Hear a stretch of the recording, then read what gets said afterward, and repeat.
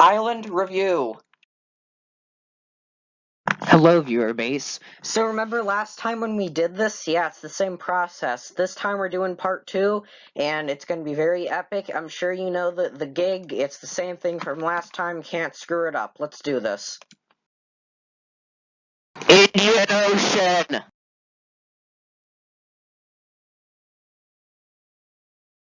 So, if you're wondering what sort of booster feeding we're starting with today, it's this. The Scattered Islands refer to a group of mostly 5 islands and archipelagos off the southeast coast of Africa between Madagascar and mainland Africa. Owned by France, they're quite small, only coming in at around 15 square miles in total. They're made up of the Glorioso Islands, Bassas de India, Juan de Nova Island, Tromelin Island, and Europa Island. Forewarning, by the way, these islands don't have much info since nobody lives here, so sorry. They're mostly made up of coral islands and atolls, like most tiny isles. The first to be discovered was Juan de Nova Island in 1501 by the Portuguese, but was quickly overshadowed by the discovery of Bassas de India in 1506, also by the Portuguese.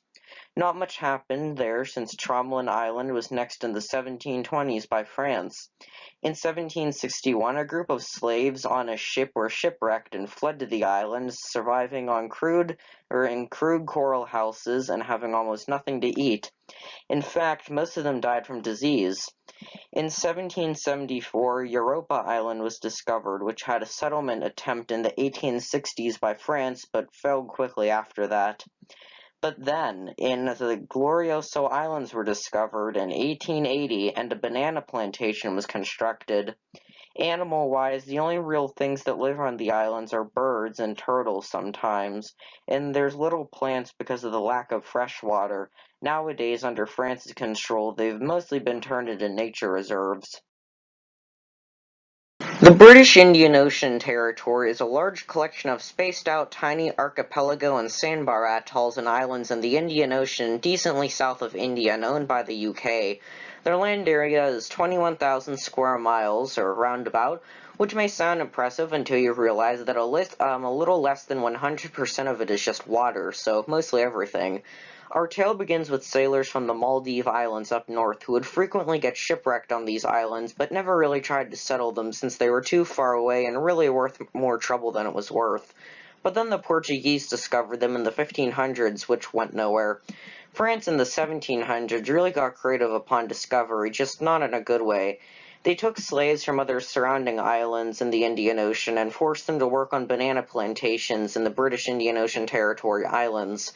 But we know Britain gets juiced up when they see a small uninhabited island, so they took advantage and swooped in and took them from France.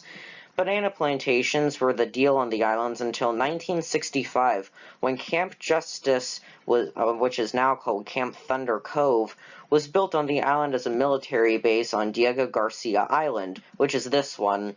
The base is jointly controlled by the UK and the US for some reason. A year later, in 1966, Britain forcefully exiled all the natives, all 2,000 of them, off of Diego Garcia Atoll and relocated them to the other islands, mostly to nearby Mauritius Island, famous for the dodo that went extinct centuries beforehand. And by nearby, I mean about 1.3 thousand square miles away. By the way, one of the reasons the US operated the base was to secure the area in case of any surrounding Soviet influence. I don't know where the Soviets would be at in the Indian Ocean, but okay. In 2010, the United Kingdom government turned the islands into a nature reserve, which some natives today believe was a ploy to prevent the natives from coming back. In terms of animal life, they're rich in tuna and have a large amount of fish in the area since the nature reserve status makes it hard to fish there, so they just eventually pile up. I mean figuratively. Also, it's frequented by the red-footed booby. Haha, get it guys? Booby. Funny word. Guys, that's funny. Oh, hey, what's up? For you, it's been like 4 seconds, but for me, it's been over a day. Oh gosh, oh golly, it's Réunion Island. It's a rugged tropical island in the Indian Ocean owned by France, and it measures in at around 970 square miles in area, and has a population of over 860,000 people, Hooray! For once, there's actually a good chunk of people living on one of these places. If you're wondering where Réunion is, it's a small island in the red circle here, so it's kind of around Madagascar, kind of around Africa, that area. It was discovered in the 1500s and settled by the French mostly, and Madagascar citizens as well, but was known centuries earlier by Arabic traders who were kind of in the area, exploring around, doing stuff. The Portuguese were the first Europeans who discovered it in 1507, which kind of went nowhere. It wasn't until the French took over in 1642 that they took people from Madagascar and had them live on the island to populate it, unfortunately as slaves. Later on, they additionally got workers from China and India to toil on the islands, greatly increasing the island's diversity as they mated and produced offspring. I don't know why that sounded weird. In 1848, slavery was abolished on the island, something that they still celebrate to this day. Things were mostly the same until 2005, when a brutal outbreak of this virus, spread by mosquitoes, of course, greatly harmed the island. In response, the French government had an eradication program on the island against the insects. Their capital is Saint Denis, located here. Animal and plant-wise, they flourish, being home to many species of eels, chameleons, sharks, and there even used to be a giant tortoise population on Réunion, but they kinda died off. Nervous laughter. Socotra, ever hear of it? It's the big one. It's claimed by both Yemen and the United Arab Emirates, depending on who you ask. For clarity, Socotra is located here in the red, while Yemen is here and the UAE is here. More on that later. It measures 1.4 thousand square miles in land area and boasts a population of 60,000 people. Good job, that's a lot of people for an island like this. History-wise, something said that there is prehistoric tools found here, but since I didn't find anything else backing that up, take it with a grain of salt. We can trace the actual history back to around 1000 BC, when Arab traders sailed into the area from the surrounding, land area, the Arabian Peninsula and whatnot, and did stuff there, mostly attracted by the frankincense. Haha, frankincense. However, more likely visited because in modern times we've discovered caves with multiple different writing systems etched into them, so people as well as Greeks and Indians and whatnot probably took a trip here too. In 52 AD, Thomas the Apostle was stranded here and decided to convert the inhabitants to Christianity, which actually went pretty well. The island remained that way until 1507 when the Portuguese arrived, looking for a base to get to India to. Quickly afterwards, however, their colony attempts failed because of starvation from terrible soil quality, and since they can't grow anything, and sickness as well. In 1511, the Mahara Sultanate brought forth Islam and converted the island fully, but a few Christians still remain far inland. In 1876, the Sultan promised to protect local Europeans in the area, in case any shenanigans, which is nice. Well, in exchange for money, of course. Everything runs on money. In 1967, they finally became a part of Yemen, or rather South Yemen, since at the time there were two, a north and a south. Eventually they merged, hence why there's only one Yemen today. But here's where the UAE stuff comes into play. In 2018, the UAE sent some soldiers into Socotra to capture the airport or something, much to Yemen's disagreement and resistance. Plus, it didn't help Yemen was going through a civil war at the time, too, which it still kind of is. Their de facto capital is Haddabu, located here. Flora and fauna time, everyone's favorite segment. They're famous for their biodiversity, and interestingly enough, they have a lot of strange plants like the dragon's blood tree, what they're famous for, along with all sorts of weird things like mini pomegranates, skinks, and blue tarantulas. Basically, this island is like a fantasy world. Oceania!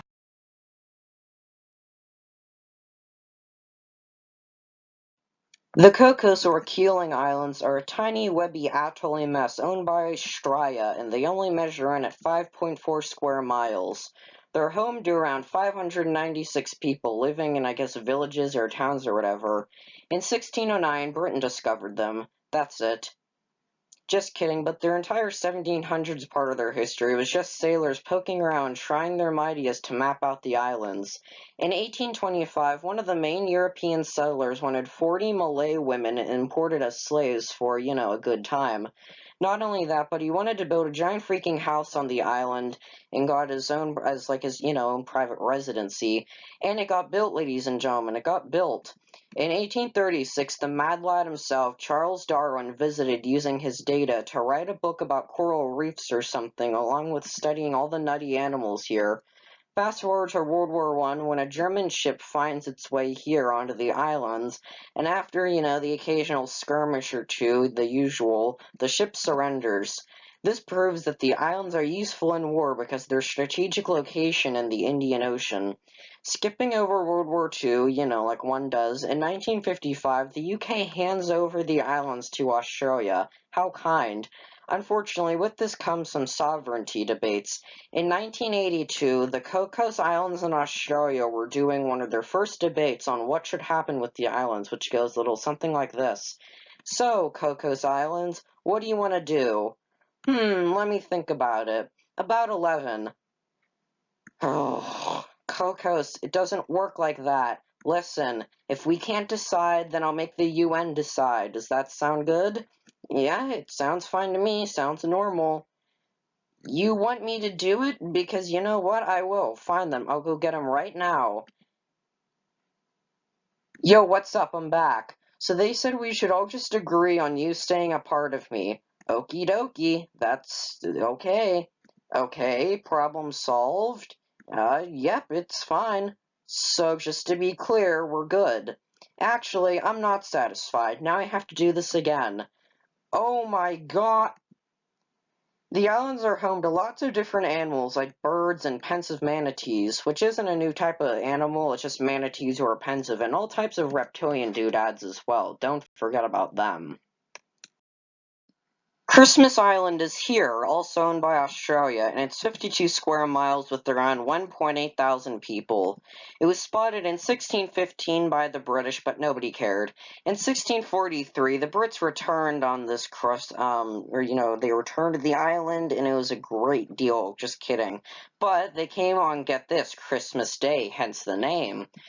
In 1688, some sailor landed on it, and after that, he saw that nobody lived there. In 1886, many centuries later, the British constructed a settlement in Flying Fish Cove, also by the same name, the settlement, and it's where most people live today, on the island. However, they also found phosphate of lime in the area, whatever that is, making the land quite valuable to have, which is why they kept on it. More people came to the island and the community kept growing. But phosphate mining requires work, so the British got slaves from Malaysia and China to come and live and work on the island, which gave the island a unique Anglo-Asian culture. Later on, during World War II, the island was subjected to attacks by the Japanese looking for precious phosphate. After that, though, Britain did the same thing as the last time and gave the islands to Australia, taking them from their previous owner, Singapore. In the late 1900s, like the 80s, many waves of immigrants from Indonesia flooded their country and came to the island, prompting immediate action from the Australian government and became a big controversy. Ew, controversy, no. The island has a lot of crabs, and deer have been brought over, apparently, and they also have another type of animal called flying foxes, a type of very large bat. They weren't brought over, they've been there. First, I'd like to start off by apologizing for that section between the Cocos Islands and Australia. Looking back on it now, the back and forth scene between the two of them would have been much funnier had it not been for the animations delaying the audio, and I had to do like 10 takes on it, and I got well flustered. Anywho, Norfolk Island and Lord Howe Island are both owned by Australia. Norfolk Island measures in at 13.4 square miles and Lord Howe Island at 5.6 square miles. Norfolk Island also has a much bigger population at 1.7 thousand people roundabout, and Lord Howe Island at 382. Statistics endeth here. Can you tell I'm burnt out? It's been a long day. If you're wondering where where they're at, Norfolk Island is here and Lord Howe Island is here. Anyways, Norfolk Island was discovered in the mid-1200s by the Polynesians. But after them, going there for a little bit and, not doing much, nothing really came of it. But in 1774, the British found it under the leadership of James Cook, who was kind of like Christopher Columbus, but for the Pacific Ocean instead of the Atlantic. In 1786, the British began to use it for flax since their main distributor of it, Russia, decided they didn't want to sell it anymore, or for the while at least, which is why the island was useful, also because it had weed. Only 2 years later, the British found Lord Howe Island next door and was like, for themselves. Upon arrival, they found all sorts of exotic birds, fish, and whatever other gewgaws were on the island. In 1824, it was suggested Norfolk Island be a penal colony, which is basically a faraway place where you can send your prisoners to become latchkey kids in the same towns that they build. What can you say? Britain was loaded with prisoners. So many, in fact, that Norfolk Island and Australia were both penal colonies, but you may have known that already. Setting the scene, 1834, Britain tells some lads to go to Lord Howe Island and build a settlement there, which they do, living in a community relying on bartering and native Polynesian women captured as wives. Plus gold was just found there, so many people began to come there. In the 1880s, Lord Howe Island began to get some more money after the palm tree wood trading business, which apparently exists. In 1913, the UK was like, well, no need for this anymore, and pawned it off to the Australians for them to deal with. That's about it. But what's going on there now? Norfolk Island's biggest town is Burnt Pine, located here, but their capital is Kingston in the south. I couldn't find out what Lord Howe Island's community is called, so if you're from there, I'd like you to, tell me, so you know what to do. Animal-wise, they have similar animals, surprisingly. I'm sure I don't need to tell you that they have tons of birds, but they also have owls, bats, frogs, and infamously, the Lord Howe Island has the infamous Lord Howe Island stick insect, which is one of its biggest traits. The Auckland Islands and Campbell Island are owned by the mighty New Zealand Empire, of course. Location? Sure. The Auckland Islands are on the top and Campbell Island is on the bottom there. Now, let's get down to business. The Auckland Islands are 241.5 square miles, while Campbell Island is at around 43.5 square miles. The Auckland Islands came first to being discovered in the 1200s by Polynesians who kind of thought nothing of it. They landed there and really did nothing. When they got there, they got on to Enderby Island first, which is this top one here. 600 years later, oh yeah, the British came across them in 1806 for whatever reason, and they set up a settlement there soon after to hunt seals. In 1810, Campbell Island was discovered since the Auckland Island seal population drastically fell and they needed a place to hunt more seals. No, you know what? I'm sick of this. Every section I'm in, I get killed. I go onto an island peacefully, and they're always like, oh, haha, we need your guy's corpse to make commodities out of. I'm tired of feeling oppressed. You guys need to judge yourselves for once, not me. See y'all out. Y'all ain't anything anyways. In 1812, the Auckland Islands reportedly lost their commercial importance because they weren't of any, significance since they lost all their seal population. In the 1830s, the whaling business started up around these two islands, so, there's another animal to harvest like fruit. In 1842, a group of native Maori people tried to settle the islands, lasting for around 20 years or so, but ended up leaving. This picture may not be the most accurate, but it's not the most inaccurate.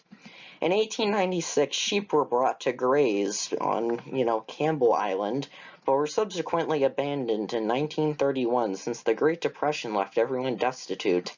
In 1907, a crew of researchers were sent to the islands to make notes on all sorts of stuff, which marked the beginning of the end of living on the islands. Ever since then, the islands have been made into reserves and are only really used for things like scientific studies now. Animal-wise, the Auckland Islands have lots of different spiders and the largest insect on Earth called the weta, not sure. Campbell Island also has the world's most isolated single tree, a big old pine tree surrounded by nothing. They also have distinct cattle and sheep left to adapt to the island since their, abandonment a while ago, and have even showed some signs of being slightly different from the original animals they descended from. End of Oceania. Part 3, Americas and Europe. Watch the next one. That's not a question, that's a command. End of Part Dukes of 3.